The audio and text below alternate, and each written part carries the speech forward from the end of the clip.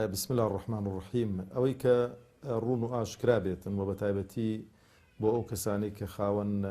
ویژدان و خاوەن عەقڵێکی سەلیمن، ئەنی بینیویانە کە ئیسلامیەکان هەرچەندە لە کوردستاندا خاوەن دەسەڵات نەبوون و جومگەکانی دەسەڵاتیان لەبەردەست نەبووە و سەرەت و سامانی ئەو وڵاتیان لەلا نەبووە، لەگەڵەوەشدا کە ئیسلامیەکان خاوەنی زۆرترین پرۆژەی خزمەتگوزارین لە وڵاتەی ئێمە و ئەو پرۆژە خزمەتگوزاریانەش خۆشبەختانە ئیسلامیەکان نەهاتوون کە قۆرغیکەن بەس بۆ ئەندامانی خۆیان بۆ خەڵکی خۆیان لەولا قسەی نابەجێ دەکرێت تۆمەت و تەشهیر دەکرێت شت هەڵدەبەسترێ بۆ ئیسلامیەکان بۆ خێر و سەدەقە و ئەوانە بەڕاستی هەموو قسەی نابەجێن کە بەس خەڵکی ئیسلامی لێی سوودمەند بوو بێتەنە. من هەندێک نمونە و داتا دەدەمە ئێوەی بەڕێز و خۆشەویست، یعنی ئیسلامیەکان چ لە سەردەمی بزوتنەوەی ئیسلامی و چ دوای بزوتنەوەی ئیسلامی هەم خودی بزوتنەوەی ئیسلامیش کەمایەوە یەکگرتووی ئیسلامی، کۆمەڵی ئیسلامی و هەموو ئەو ڕێکخراوە ئیسلامیانەی کە لە کوردستان ئیشیان کردووە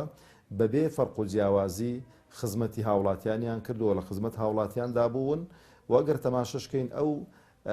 بەرنامە خێرخوازیانەی کە لە کوردستاندا ڕۆڵێکی بەرچاویان بینیوە، وەکو بەرنامەی بەخشین، سۆمای چاوان و چەندان بەرنامەی دیکە کە لەو کوردستانی خزمەتیان کردووە، نەهاتوون بڵێن ئەو خەڵکی هەرێمی کوردستان پۆلێن بکەنیان خزمەتی خەڵکی هەرێمی کوردستان نەکەن، خزمەتی ئەندامانی حزبی خۆیان بکەن. ئەوە بەڕاستی جێی شانازیە بۆمان، چونکە ئێمە دینەکەمان وامان پێدەفەرمێتن، خوای پەروەردگار وامان پێدەفەرمێتن کە خزمەتی ئێمە خزمەتێکی گشتگیر بێ، ئەگەر بە پارەی بەرچی خۆشمان بێتن و خۆشبەختانش بەڵێ ئێمە لە دەسەڵات نەبووین، بەڵێ ئێمە سەرەت و سامانی ئەو وڵاتەمان لەبەردەستدانە بووە، بەڵام لەوەی گەورەتر لەبەردەستمان بۆ سیقە و متمانەی دەوڵەمەند و خواپێداوانی ئەو وڵاتە کە گەورەترین سەرمایەیە بۆ ئێمە، گەورەترین سەرمایە بۆ حرەکاتی ئیسلامی و خەڵک ئەو سیقە و متمانەی کە بە ئێمەی بۆ ئەو خێر و بێر و پارەی خۆی داوەتە دەستی ئەو لایەنە ئیسلامیانە، ئەوانیش خۆشبەختانە خزمەتی هاوڵاتیانیان پێکردووە، خزمەتی ئەو وڵاتیان پێکردووە. یعنی ئەو خزمەتانە شەرم لە دروستکردنی مزگەوت، ئاوەدانکردنەوەی سەرچاوی کانیاوەکان لە هەندێک گوند و شار و شارۆچکە و دروستکردنی خەستەخانە لە هەندێک شوێن و دابینکردنی موچەی مانگانە بۆ خانەوادەی یەتی و ئەوانەی کە بێسەرپەرشتیارن و نارنەدەرەوەی زۆرێک لەو هاوڵاتیانە کە پێویستی بە نەشتەرگەری بۆ پێویستی بە عملیات بووە، ئەوانش دەتوانن بە دوواداچوونی بە بکەن، نەهاتوین کە ئەوانە لەسەر ئەساسی حزبی معاملەیان لەگەڵ نەکراوە. خۆی خزمەتی زیاتر بەڕاستیکە گوتم ئێمە ئەو خزمەتانەی کە کردومانن لە چوارچێوەی پرۆژە خزمەتگوزاریەکاندا بوون، لە چوارچێوەی خێر و سەدەقەی خەڵکدا بووە، بەڵام ئەگەر بێت و ئیسلامیەکان دەسەڵاتی زیاتریان هەبێ و خەڵک متمانەیان پێ بداتن دەسەڵاتی جێبەجێکردن لە بەردەستیان بێواتە حکومەت لە بەردەستی ئیسلامیەکان بێتن، خزمەتگوزاریەکانیان زۆرتر دەبێت و باشتر دەبێتن و بە تایبەتیش بە ئەو کاتەی بە پلانێکی درێژخایەن و بە پلانێکی کە تۆکمە ئەو خزمەتانە دەکرێن، ئەو سەرەت و سامانەی کە لەو وڵاتەی هەیە لە خەڵکەکەی سەرف دەکەینەوە و نایکەینە وەکو بڵێ بۆ خۆ دەوڵەمەندکردن و ئەگە تەماشەی ئینسافیش تەماشەیکەی ئیسلامیەکان بەشێکی لە دەسەڵات بوون، بەشدار بوون، نێزی دەسەڵاتەکە دەڵێم کە پۆستیان هەبووە، دەنا خودی دەسەڵاتەکە دیارەکە لە بەردەستی و دوو حیزبە زەبەلاحەدا بوون، بەڵام لەگەڵەوەش بەراوردی وەزیرێکی ئیسلامیەکان بکەی کە لە حکومەت بووە لەگەڵ وەزیرێکی ئەڵمانیەکان، یعنی تەماشەکە ئەو خەڵک نایناسێتەوە وەزیری ئەڵمانیەکە، یعنی ئیستیغلالی سەرەت و سامانی وەزارەتەکەی کردووە. ئەوەی ئێمە تەماشە دەکەی کە چۆتە وەزارەتەکەی، ینی لە ڕوو لاواز بۆتەوە زیاتر، ینی خەم و خەفەت و هەتا پارەی خۆشی کەوەریگرتووە بەشێکی هەر لە خەڵکی فەقیر و هەژار سەرف کردوتەوە و دڵسۆزیش بۆ ئەو وڵاتە، دڵسۆز بۆ بەرەو پێشبردننی ئەو وڵاتە. یعنی گومانتان نەبێتن ئەگەر خەڵکی موسڵمان، خەڵکی ئیسلامی دەسەڵات بگرێتە دەست، ینی گومانتان نەبێتن کە خزمەتگوزاریەکانی چەند قات دەبنەوە و ئەو داهاتی کە لەو وڵاتەیە هەموو خەڵکی لێ سوودمەند دەبێتن و خەڵک پۆلێن ناکرێتن لەسەر ئەساسی دین و مەزهب و لەسەر ئەساسی ئینتیمای حیزبی و لەسەر ئەساسی چاچی و خراپی، بەڵکو حەقی ژیان بە هەموو خەڵکێک دەدرێتن و ئەوەی کە چاکەش بکاتن ئەوە سوپاسی دەکرێتن، ئەوەی کە خراپەکاریش بێتن ئەوە یاسا و ڕێساکان هەنە کە سنووری بۆ دادەندرێت. نا ئەگەر تەماشە بکەین پرۆژەی ئیسلامیەکان زۆر ڕاشکاوانە دەڵێم، ینی بۆ هەموو خەڵکی بووە. ینی بۆ نمونە لە شەڕی ناوخۆ چێ بوون ئەوانەی کە یەتیمانەیان دێنا ئەو وڵاتە و بەسەر منداڵی پارتی و یەکێتیان دابەش دەکردن کە لە شەڕی ناوخۆ بەدەستی یەکتر منداڵەکان یەتیم کرابوون. ئیسلامیەکان بوون. زۆرێک لەو بێوەژنانەی کە موچیان وەردەگرت لە دەستگا خێرخوازیە ئیسلامیەکان چێ پێی دەدان؟ ئیسلامیەکان پێیان دەدان. خۆوانە ئیسلامی نەبوون، بێوەژن و هەتیوی پارتی و یەکێتی بوون، هیلایەنەکانی دیکە بوون. خەستەخانەی بەخشینمان کە کردوتەوە بینیوتە هیچ وەکو بڵێ قەتعەیەکی لەسەر نووسرا بڵێ کاکە بەس بۆ خەڵکی ئیسلامی بێتە ژوورەوە، لەوانەیە کەمترین خەڵک کە لەی سوودمەند بوو بێتن خەڵکی ئیسلامی بوو بێتن. ئەوانەی دیکە مەفتوحە بۆ هەموو لایەکی. یعنی هەموو ئەو پرۆژە خێرخوازیانەی مەسەڵەن کە لە بەرنامەی بەخشین وەرە تەماشە کە هەر لەو سۆرانەکە مەقسەی تێدا دەکەم. 5-6 خانووی تێدا دروستکەڕەوە ڕۆژانە ئایلێکی ئیسلامینەوانە هیچ ئیسلامی تێدا نیە. ینی ئەولەویەت و پێداویستی خەڵکەکە لای ئێمە گرینگە. ئەولەویەتەکە لێرانە بۆ نمونە وەڵا خەڵکی ئیسلامیمانە بۆ زۆر پێداویست، بەڵام ئەوانەی دیکە پێداویستەکەیان زەروریتر بووە ئەومان و پێش خستوون بڕۆ لە ڕەواندوس، بڕۆ لە دەوروبەری ڕەواندوس لە ناو سۆران، ئەوانەی کە خانوبەریان بۆ کراوەتەوە لەلایەن بەرنامەی بەخشین خەڵکی غەیری ئیسلامین و ئەوانەی کە نێردراونە دەرەوە بۆ نەشتەرگەری جا ئیوایە کلێ لێ گۆڕدراوە، ئیوایە پارەیەکی زۆری بۆ سەرف کراوە لە سەروی دوو دەفتەرەوە، موچەی ماگانەی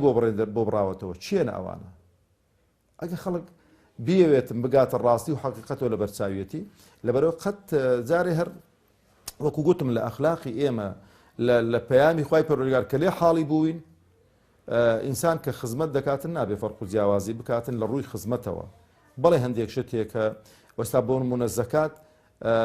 دەبێ بدرێتە کابرایەکی موسڵمان و کابرایەکی مستەحەق، بەڵام مەسەلەی خێر و سەدەقە و چاکەکردن لەگەڵ هەموو خەڵکی بەدەستواڵایی کابرا موسڵمان بێ و غەیری موسڵمان بێ دەتوانی چاکەی لەگەڵدا بکەی و ئەوەش منهەجی ئێمەیە، ئەوەش پەیڕەومان کردووە و بەردەوامیش دەبین لەسەری. خەڵکانێک دەڵێن ئیسلامی و عەلمانیەکان وەکو یەکەنەوە تا چەند ڕاستە؟ وەڵام من یەک نمونەت بۆ دینمەوە، زانم کە نەک هەر ڕاستنی هەر درۆیەکی شاخدارە. ئەمن لە کاتی دەست بەکاربوونی برای بەڕێزم مامۆستا عەبدوستار مەجید کە کرا وەزیر چوین پیرۆزبایی چکۆ سەردانی هەموو وەزیرەکانمان کرد و سەردانی ویشمان کرد، لەوەش هەر فەرق و جیاوازیمان نەکرد. خودی کارمەندانی وەزارەتەکەی شتێکی عەجایبیان بۆ جێڕامەوە لەوێن دەرێ، گوتیان ئەو وەزیری پێشەوە کە 2 دکتۆرای هەبوون، ینی مەسەلەکە شەهادە و ئەوە نییە، مەسەلەکە مەنهەجە، مەسەلەکە پەروەردەیە. ئیوا هەبوو دەیگۆ کە مدیری مەکتەبەکەی خۆی دەیگۆ 6 مانگە نەمبینیوە، دەرکێکی تایبەتی هەبوو بەو دەرکەیدا دەڕۆی خۆی پێشانی کەس نەدەدا. ئەو وەزیرەی ئێمەش وەزیرێکی خاچی بوو، نوێژی جەماعەتی بۆ دەکردن، سەردانی نەخۆشەکانی دەکردن، هاوکاری محتاجەکانی دەکرد لەگەڵ، یعنی ئێمە پەرلەمانتارەکانمان لەگەڵ پەرلەمانتارەکانمان فەرق و جیاوازیان هەیە، وەزیرەکانمان لەگەڵ وەزیرەکانیان فەرق و جیاوازیان هەیە، سەرۆکی حزبمان لەگەڵ سەرۆکی حزبەکانیان فەرق و جیاوازی هەیە. کاکە هەر کەسێکی دێتن فەرمون بەیانی بەبێ مەوعید بابێ من دەی بە مەلای ئەمیری کۆمەڵی ئیسلامی پێکۆ دادەنیشین نان دەخۆین بەبێەوەی وعد بێتنی سەلەفۆنێکیشی بۆ ناکەم، بەڵام تەحەدا دەکەم سەرۆکی حزبەکانی وان بە ساڵ بتوانی کەسێک کە بیگاتێ بتوانێت کە موازی وەربگرێتن. چۆن فەرقی نییە؟ فەرقی ئاسمان و ڕێسمانە، فەرقەکەش بەڕاستی لە یەک شتدایە. فەرقەکە لەوەدایە خەڵکی موسڵمان هەڵگری منهەجێکە، ئەو منهەجە منهەجێکی پەروەردەییە، هەر کەسێک ئەویش سبەینێکە ئەو منهەجە هەڵبگرێ وای لێ دێتن. خۆ نەبێ بڵێ ئەمە لە ئاسمان دوو کونی تێبن خەڵکێک لەو کونەی هاتبێتە خوارە و خەڵکێک لەو کونەی هاتبێتە خوارە و فەرقەکە لێرە منهەجەکە منهەجی عەلمانیەت کە خەڵکێک پەیڕەوی دەکات توغیان دروست دەکاتن بۆ چکە باوەڕی بە دوا ڕۆژ نییە باوەڕی بە حەشر و حیساب نییە ئێستا لەوانەیە بڵێن وانە ئەگەر وابایە خۆت بۆ ئامادە دەکرد ئەها پێغەمبەری خوا عەلەیهی سەڵات وسەلام کابراکە لێی دەپرسێ دەفەرمێ مەتە الساعە دەفەرمێ ماذا أعددت لها کەنجین ڕۆژی دوای چیت بۆ ئامادە کردووە ئەگەر کەسێک باوەڕی بە ڕۆژی دوایی هەبێ دەبێ نوێژ بکە دەبێ ڕۆژوو بگرێ دەبێ زەکات بدە دەبێ حەجی ماڵی خوا بکە کەوانە واجبن و دەبێت زوڵم نەکاتن دەبێ دادپەروەر بێ دەبێ خۆی لێ نەگۆڕێ خۆی لێ نەبێتە فیرعون خۆی لێ نەبێتە خوا بۆ ئەو خەڵکە خەڵکەمی بە عەبد و بە بەندە و کۆی لێ تەماشە نەکاتن چۆن فەرقی نییە یعنی لەبەرەوە تەماشە دەکەی ئەمیری کۆمەڵی ئیسلامی دێتە ئەو شارەی نە سێتەڕەکان چ کابرای گوتی نە شورتە تەوزیع دەکرێ نە سێتەڕەکان سیاران ڕادەگرن نە کارمەندانی ئەو وڵاتە بە زۆرە ملێ کۆ دەکرێنەوە بۆی نەبینا بەرزەکان خەڵکی قەناسە بەسەر دەچێتە سەری بۆی کە دنیا کاول نەبێ مەسوولیوانیش دێتن تەماشە دەکەین وەکو عەمود ئەو عەسکەر و ئەو ئاسایش و ئەو شورتە بەستە زمانان لەبەر ئەو کەشکەتاوە دەچەقیندرێن لەو جادەی بوو ئەو نیشانەی چ نیشانەی ئەو فەرق و جیاوازیەیە ئێمە بۆ ئەوە سادەین لە خەڵکی خۆمان ناترسی بۆ چکە خیانەتمان لێ نەکردوون وەڵڵا دزیمان لێ نەکردوون بەخوا دڵسۆزانەت هەر ئیشێکی کە پێیان ڕاستپارێ کردومانە لە کاتی دەوامی ڕسمی لە شوێنی خۆمان لە کاتی دیکە لەناو خەڵک و جەماوەری خۆمان بووین بەڵام ئیوان وانە ئیوان دزیان لە خەڵک کردووە خیانەتیان لە خەڵک کردووە خەڵکیان بە ناحەق کوشتووە سەرەت و سامانی ئەو وڵاتیان قۆڕق کردو دزیویانە بۆ خۆیان بەکاری دێنن لەبەرەوەی کە دێنە شوێنێکی والە